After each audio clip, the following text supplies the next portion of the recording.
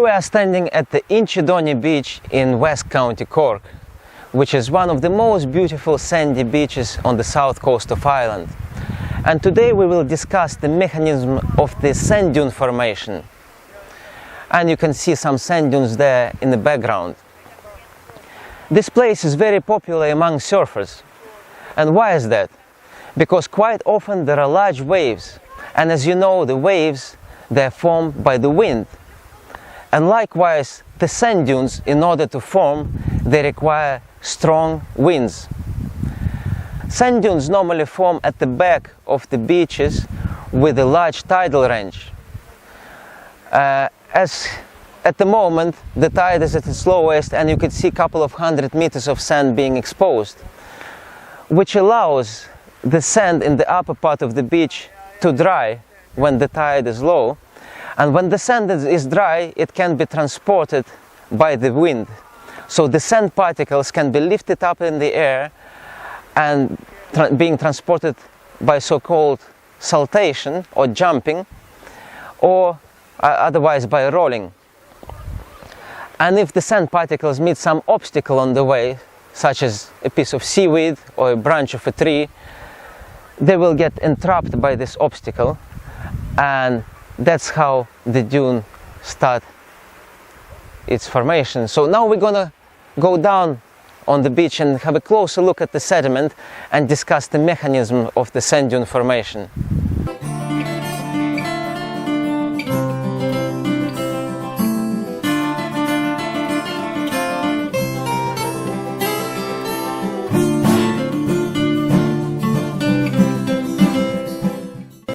So you can see that around me the sand is shaped in so-called sand ripples. So as the sand is being transported by the wind, it forms ripples. And if on its way the sand meets some obstacle, like in this case is some vegetation growing here, it can get entrapped.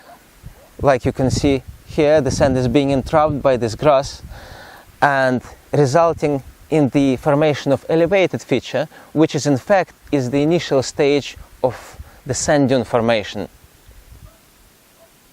So there are a number of conditions which needs to be met in order for the sand dunes to form, which are, first of all, we need sediment supply. So here we have plenty of sand.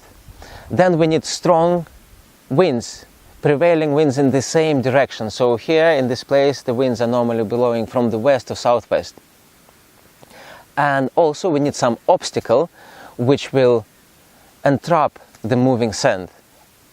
So the obstacle could be represented by some vegetation like here, or by some dry seaweed or a branch of a tree, or anything at all, any object placed on the surface.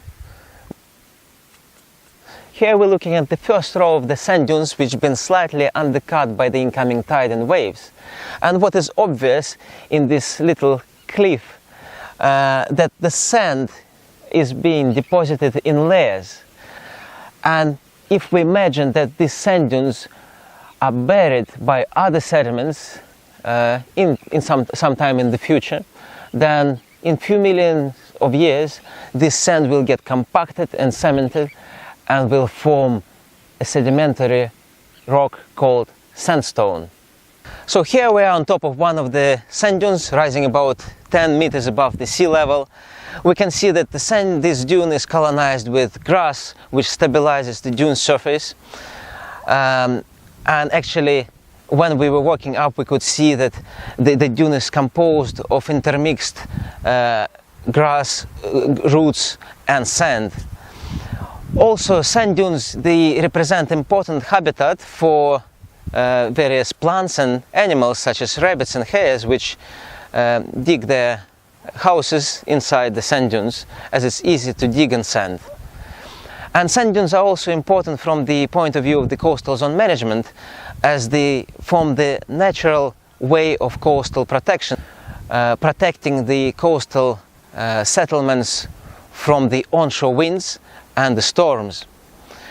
And also, after a storm, the sand level on the beach will be depleted. A lot of sand will be washed away offshore. So the sand dunes, they represent an important source of sediment for replenishing the beach. Okay, so today we have visited the Inchydoney beach and discussed the mechanism of the sand dune formation and had a look at the well-developed sand dunes. And in the following videos we will visit other places around the coast of Ireland and have a look at other examples of sand dunes.